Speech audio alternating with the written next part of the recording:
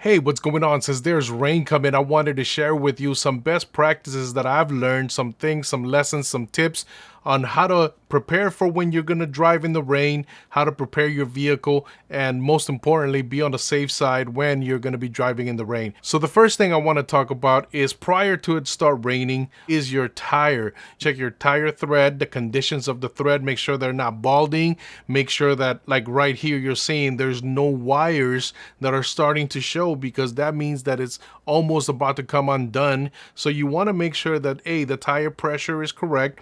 Check in the side panel of the door so that you can see the correct manufacturer's PSIs, or the pounds per square inch, or the pounds of air in your tires, so that you can have the right inflation on that. The biggest thing, like I said, though, is check for any balding, because if you're losing thread, it's going to be harder to stop you or skidding in that sense. So that's why the thread is very important. So what you want to check for, you want to check for the condition of the thread. Make sure that you're also checking that it's not showing any wires. You want to check the tire pressure. Make sure that tire pressure is inflated to manufacturer specs, as I stated. Also, check to see if you have any bumps, which can cause potential bubbles or things like that that may end up popping and exploding the tire. So one way to tell about that is if you have a little bit of a shake in your steering wheel, that could be one of the causes. There's also other causes, and you want to have that checked out always. If you're having a little bit of wiggle room or shake on its own, like it feels like it's moving or wobbling in that sense, you might want to check your tires in that sense. It could be other things, but have that checked out. But as stated earlier, the tire pressure, the tire thread, you don't want them to look like this. What you want to do is when you get out of the vehicle, turn the wheel to one side, go and inspect the front tires, turn it to the other side, go inspect the other side, the back side of it. The rear tires are a little bit different, as you can see here, but you might want to have a flashlight on or your phone and just put it in the back or in the crevices there to check out to see how the thread is looking. So that's the biggest thing, tire thread and tire conditions in that sense. Also, another thing is you want to make sure that you're not hearing any noises when you're braking or things like that, because your brake pads can start to go bad. You want to make sure that you check your brake pads out also, because you want to make sure that you have those replaced before it starts to rain. So you want to make sure that you have those checked out and replaced brake pads, but I want to make sure that you have that covered as well. One thing I forgot to mention also pre-rain is check your windshield wipers. Windshield wipers are important, as you can see, because they disperse the water from the windshield, and sometimes we don't check on it until it's too late, till we activate it and you see a streak or they don't wipe. Let me give you an example. When it's dry, pour some water on it, turn on the windshield wipers, and see if it doesn't streak. It should not streak like this. Let me show you. As you can see right here, it's streaking pretty bad. I need to replace that left windshield wiper, and you can get this replaced. Get help if you need, or YouTube it and see how to do it, or have somebody do it for you. But change your windshield wipers. Make sure that you can also put some chemicals like Rain-X, I heard works well. Water flows a little bit easier and doesn't smear or doesn't stay within the windshield. You want to do those things. Not sponsored by that, but these are very good products that I know work, but especially change your windshield wipers. Now let's move on to when it's raining. When it's raining is a different story. You have to drive differently. The first thing that I want to tell you is the main point is, if it hasn't rained for a while, the first rain of the season, it's a little bit more dangerous because the road becomes a little bit more slippery. Why? Because oil has accumulated from all vehicles on the road passing and everything, and it hasn't washed away. When the rain hits it, it mixes with that and it makes it more slippery in that. So you want to be, the first thing is be more conscious. If it's the first rainfall of the season, you want to drive a little bit slower, be mindful, make sure that you're driving in the middle lane. You have enough space between vehicles so that you can stop, and the roads become a little bit more slippery, so you want to consider that. The next thing I want to talk about is when you are accelerating or taking off or stepping on the gas, do it with ease. Don't just step on it, especially if you're turning right. Let me show you this example here. When you're turning right and you're accelerating, if it's raining, you could skid out. You could just slip and keep going. I've seen people do it without rain. Now, with rain is much prominent of that. So you want to make sure that you're just careful with that. Ease into the gas.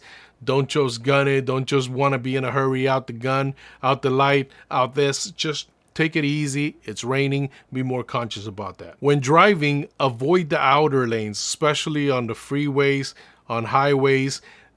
Water tends to pool on the outside of the lanes. So therefore, as you can see on the left side, or lane number 1, the fast lane, sometimes when that's closer to the median divider, water tends to pool there, so it's more easy to hit a puddle, to hit a pool of water and start to hydroplane, and you don't want to do that. Also, the same thing on the right side, on the shoulder. Sometimes water accumulates there or goes that route to exit the freeway, but it pools there, especially during heavy rainpour.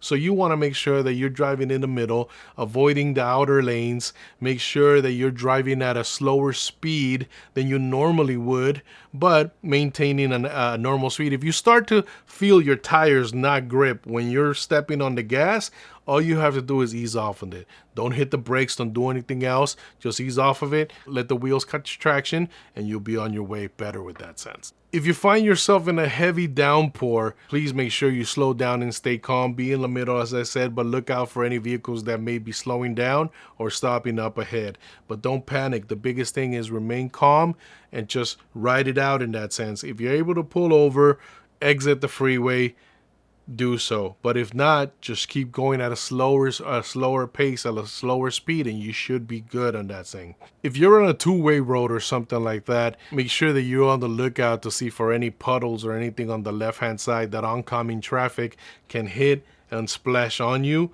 Even on regular streets, that happens a lot, especially when the water has pooled, and that creates a wave and it comes at you, and it's scary. It's quite scary when that happens.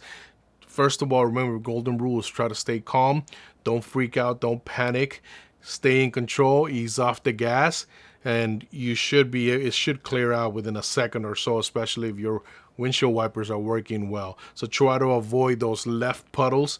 Also on the right puddles tend to form, same thing as I said as on the freeway, same thing, same logic with the street. And avoid speeding, because that creates an easy recipe for hydroplaning, and you don't want to experience that. That's crazy. Here's a big one. On the streets, be careful when there's power outages.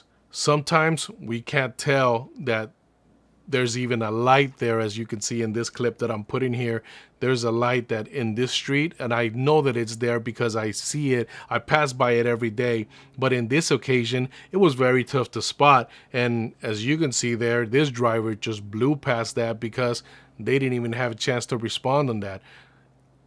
When there's power outages, first thing, if it's complete dark in that sense, obviously slow down.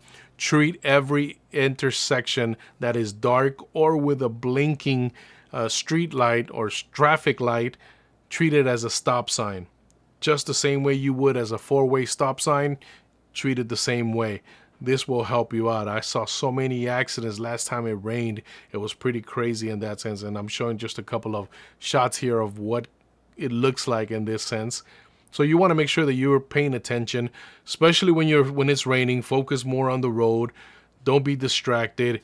Pay more attention in that sense. I know it sounds like I'm preaching a little bit of that, but it's so easy to lose focus, especially you're thinking, oh, everything's cool, I'm driving good, but all of a sudden you didn't realize the power had gone out and you're coming up really close, or you're about to miss a traffic light. So please make sure that you're paying attention.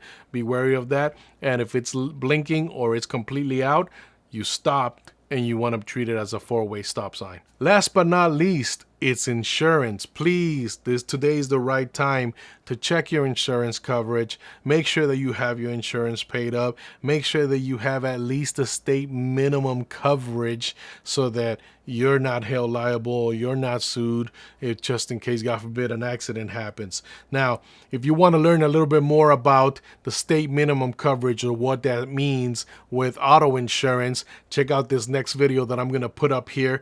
Once it's ready, you'll be able to click on it, and I'm going to break down the minimum coverages. Like in California, let me give you an example, it's 1535.